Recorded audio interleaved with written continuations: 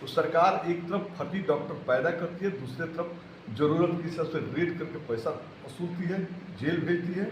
दोनों काम सरकार का है, किसी फर्जी डॉक्टर का काम नहीं। फर्जी डॉक्टर बनाना सरकार का काम है और जेल भेजना भी सरकार का। आए दिन देखा जा रहा है कि फर्जी डॉक्टरों की संख्या बढ़ते जा रही है, नर्सिंग होम की संख्या बढ़ती जा रही है। जब कुछ होता है तो सरकार की नींद खुलती है और फिर उसके बाद सरकार सो जाती है। अभी एक मामला आया हुआ था छपरा में, यूट्यूब से देख करके एक डॉक्टर ने ऑपरेशन कर दिया और एक 15-16 साल के लड़के की जान चली। जो स्वास्थ्य मंत्री है वो जनता का स्वास्थ्य मंत्री नहीं है, वो कारपोरेट फंडिंग स्वास्थ्य चिकित्सा मंत्री हैं, स्वास्थ्य मंत्री हैं। वो उनकी पत्नी कई एनजीओ चला रही है जिसका संबंध जो चिकित्सा के ये सरकार सुनती किसकी है? ये सरकार तो मस्त है और जनता ये 25 पंचायतों का सामुदायिक अस्पताल है और यहाँ की डिलीवरी जो होते हैं वो 100 के जो काम होते हैं उसके लिए उपयुक्त डॉक्टर का यहाँ अभाव है और इसके चलते लोगों को प्राइवेट हॉस्पिटल का सहारा लेना पड़ता है। तो मैंने आज औचक निरीक्षण में पाया कि यहाँ महिला डॉक्टर्स नहीं। हमने सीएस को लगाया फ़ोन और बातचीत किया है, कम से कम एक महिला चिकित्सक का जो है यहाँ पदस्थापन होना चाहिए और इस सिलसिले में हमने बात किया है और उन्होंने भी कहा है। फिर हमारी बात सेक्रेटरी और मंत्री से होगी कि इतने बड़े अस्पताल में जो महिला चिकित्सक होना चाहिए। दूसरी बात जो बेसिक इंफ्रास्ट्रक्चर्स जो है, अल्ट्रासाउंड की ज़रूरत है लेकिन अल्ट्रासाउंड यहाँ नहीं है और कई जो सुविधाएं यहाँ होनी चाहिए वो उपलब्ध नहीं है। तो हम लोग तो बराबर सरकार से सवाल करते रहे कि शहरों में मरीजों की संख्या इसलिए बढ़ रही है कि ग्रामीण इलाकों में जो आपके अस्पताल है उनके अंदर बेसिक इंफ्रास्ट्रक्चर्स नहीं है और अच्छे डॉक्टरों का घोर अभाव है। इसलिए लोग जो है शहर की तरफ पलायन कर रहे हैं। शहर के प्राइवेट नर्सिंग होम में, शहर के अस्पतालों में भीड़ लगी है। अगर वास्तव में जनता को कुछ देना है, कुछ करना है तो सरकार को जो है ग्रामीण इलाकों के अस्पतालों को सुदृढ़ीकरण करना चाहिए, इंफ्रास्ट्रक्चर देना चाहिए और नए नए तकनीक से जो है अस्पताल को लैस करना चाहिए और बेहतरीन डॉक्टर चिकित्सक की व्यवस्था होनी चाहिए। लेकिन ये सरकार सुनती किसकी है? ये सरकार तो मस्त है और जनता बिहार का पस्त है। तो हम तो सरकार से मांग करते रहे और मांग करते करते थक गए।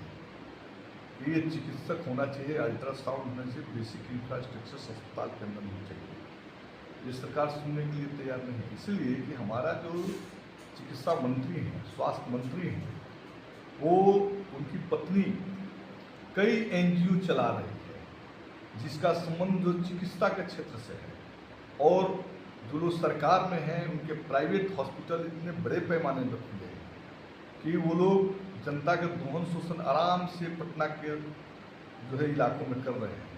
तो उनकी चाहत तो नहीं है ग्रामीण क्षेत्र की जो अस्पताल है उनको बेहतर करने का।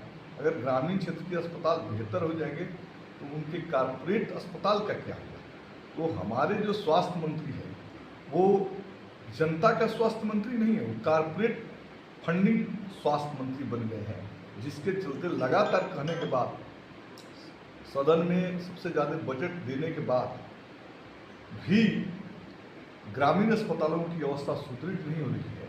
तो मैं तो यही समझ रहा हूँ कि जनता के नाम पर बजट लो और कारपोरेट को फ़ायदा पहुँचाओ, यही स्वास्थ्य मंत्री के काम है। ऐसे में फिर सरकार और स्वास्थ्य मंत्री को ध्यान आकृष्ट करूँगा कि आप जो है ग्रामीण अस्पतालों की अवस्था को सुदृढ़ कीजिए, जिससे शहर की तरफ जो है मरीजों की संख्या शिफ्ट न करे।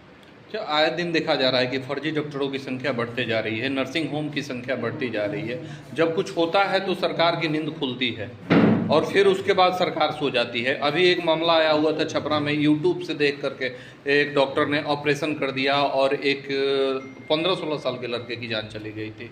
फर्जी डॉक्टर हम किसको बोलते हैं? जिसके पास डिग्री नहीं है उसको फर्जी बोलते हैं। इस तरह से बिहार के अंदर बिना डिग्री के लाखों लोग जो है लोगों को इलाज कर रहे हैं और उनके इलाज से भी लोगों को जो है राहत है। तो ये नौबत क्यों आई?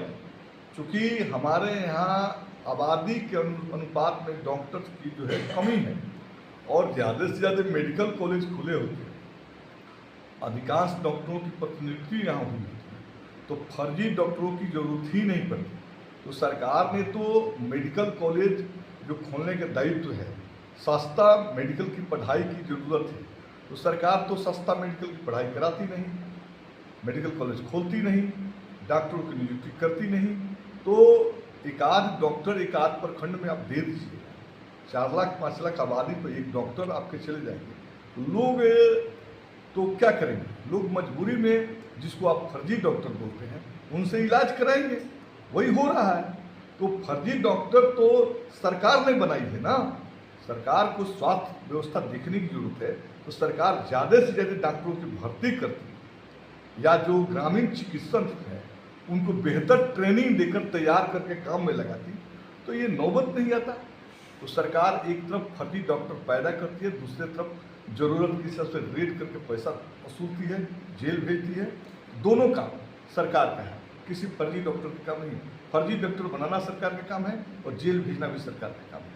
तो सरकार पहले तय कर ले, फर्जी तभी समाप्त होगा जब जनता के अनुपात में डॉक्टरों की नियुक्ति होगी और नए नए डॉक्टर बनाने की मेडिकल कॉलेज खुलेंगे।